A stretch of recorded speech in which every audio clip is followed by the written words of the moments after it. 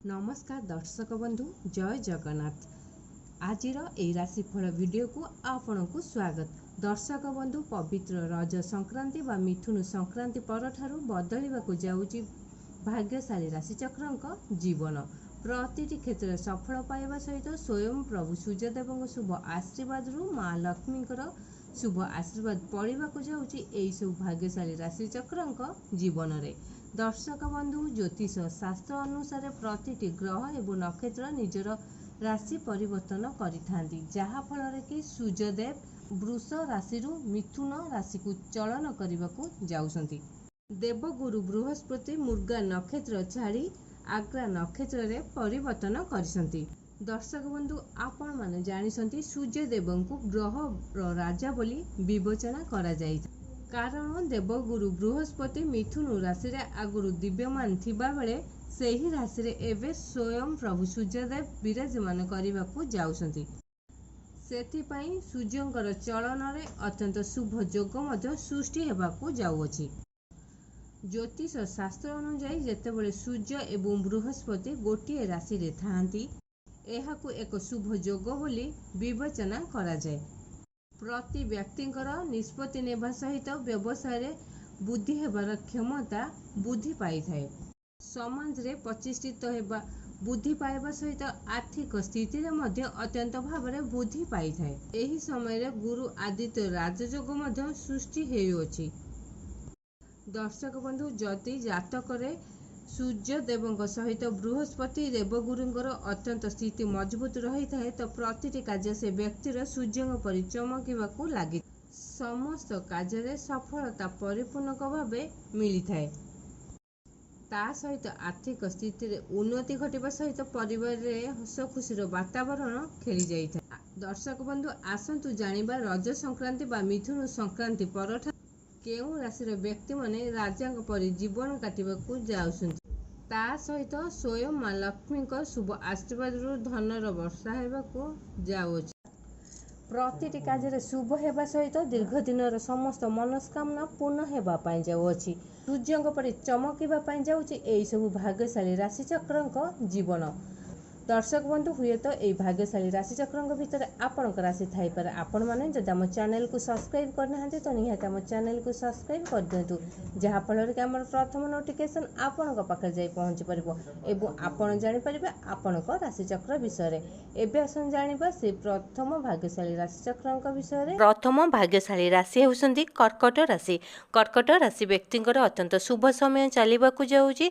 स्वयं माँ लक्ष्मी को शुभ आशीर्वाद एई पवित्र रज संक्रांति व मिथुन संक्रांति परठारु, जहाँकि स्वयं माँ लक्ष्मी आशीर्वाद रही आपण जीवन में दीर्घ दिन धरी लगी रही दुख कष्ट समस्या सब अंत घटवा जाऊँगी एवं आर्थिक समस्या मध्य दूर होई अचानक धन प्राप्ति हेबार जोग मध्य बनुछि। ता सहित आपण जीवन में सुख शांति समृद्धि फेरी आसिबो एवं आपण गृह रे मध्य कौनसी मांगलिक कार्य करिवार जोग बनुछि।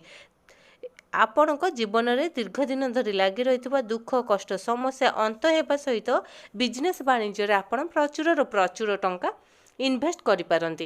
ता सहित समाज रे आपणकर मान सम्मान जस बुद्धि पाइबा पाई जाउछि।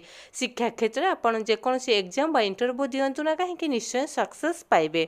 चाकरी क्षेत्र में आपणकर प्रमोशन होई पारे। आपणक समय अत्यंत शुभ थिबारु प्रतिटी कार्य शुभ एवं मंगलमय हेबा पाई जाउछि स्वयं माँ लक्ष्मी को शुभ आशीर्वाद। एबे आसंतु जानिबा द्वितीय भाग्यशाली राशिचक्र विषय। द्वितीय भाग्यशाली राशि हेउछंती कन्या राशि। कन्या राशि व्यक्तिंकर अत्यंत शुभ समय चलिबाकू जाउछि स्वयं माँ लक्ष्मी को शुभ आशीर्वाद। रज संक्रांति बा मिथुन संक्रांति परठारु आपणक जीवन में धनर वर्षा हेबा पाई जाउछि। सूर्यंक परि चमकिबा पाई जाउछि आपणक भाग्य। आशा ठारू अधिक आशाजनक फल मध्य आपण पाई पारंती। जेकोसी कार्य आरंभ करंतु ना कहीं निश्चय सक्सेस पाइबे। दीर्घ दिन अटकी समस्त कार्य आपणकर पूर्ण हेबा सहित आपणकर प्रतिटी मनस्कामना मध्य पूर्ण हेबा पाई जाउछि। भाग्य आपण को पूर्ण साथ देव। आशा ठारू अधिक आशाजनक फल मध्य आपण पाई पारंती। पौत्रिक संपत्ति आपण लाभवान हेबा सहित आपणक जीवन में दीर्घ दिन धरी अटकी आर्थिक समस्या एबे दूर हेबा पाई जाउछि। कोर्ट कचेरी माली मकदमा समस्त राय आपणक सपक्ष थिबारु प्रतिटी क्षेत्र आपण शुभ फल पाउथुरा आपणक मन मध्ये अत्यंत प्रफुल्लित रहिबो।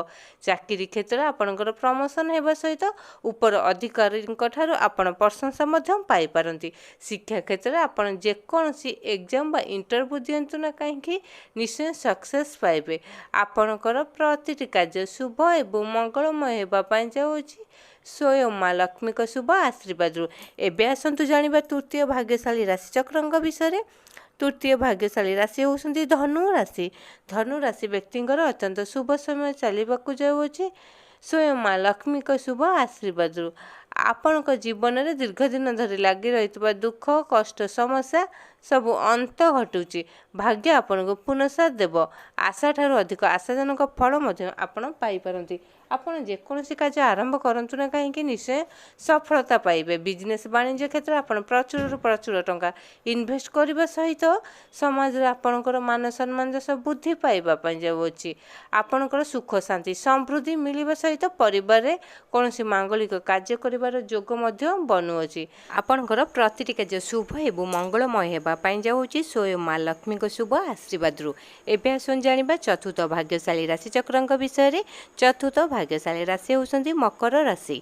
मकर राशि व्यक्तिंकर अत्यंत शुभ समय चलिबाकु जाउछि। एई पवित्र रज संक्रांति बा मिथुन संक्रांति परठारु आपणक जीवन में लगी रही दीर्घ दिनर दुख कष्ट समस्या सब अंत घटिबा पई जाउछि। भाग्य आपणकु पुनः देव। आशा ठारू अधिक आशाजनक फल मध्य आपण पाई पारंते। आपण जेकोसी कार्य करंतु ना काहेकि निश्चय सफलता मिलिबो।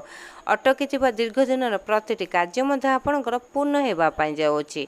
आपण बिजनेस वाणिज्य क्षेत्र में प्रचुर प्रचुर अर्थ इन्वेस्ट करने सहित समाज आपणकर मान सम्मान जस बुद्धि पाइबा पई जाउछि।